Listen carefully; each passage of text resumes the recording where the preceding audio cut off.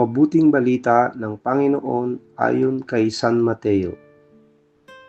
Noong panahong iyon, sinabi ni Jesus sa mga tao at sa kanyang mga alagad, ang mga eskriba at ang mga pariseyo ay kinikilalang tagapagpaliwanag ng kautusan ni Moises. Kaya't gawin ninyo ang itinuturo nila at sundin ang kanilang iniuutos.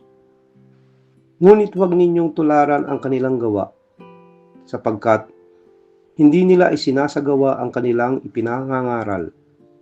Nagbibigkis sila ng mabibigat na dalahin at ipinapapasan sa mga tao.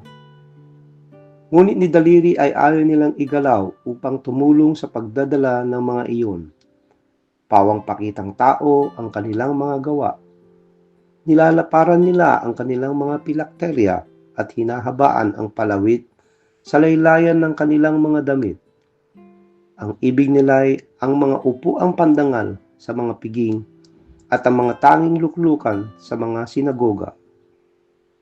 Ang ibig nila ay pagpugayan sila sa mga liwasang bayan at tawaging guro.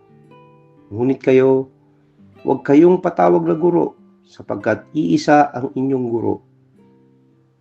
At kayong lahat ay magkakapatid at huwag ninyong tawaging ama ang sinumang tao sa lupa sapagkat iisa ang inyong ama, ang amang nasa langit.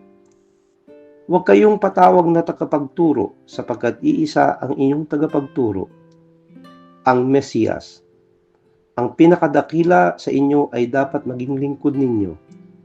Ang nagpapakatataas ay ibababa at ng nagpapakababa ay itataas. Ang mabuting balita ng Panginoon.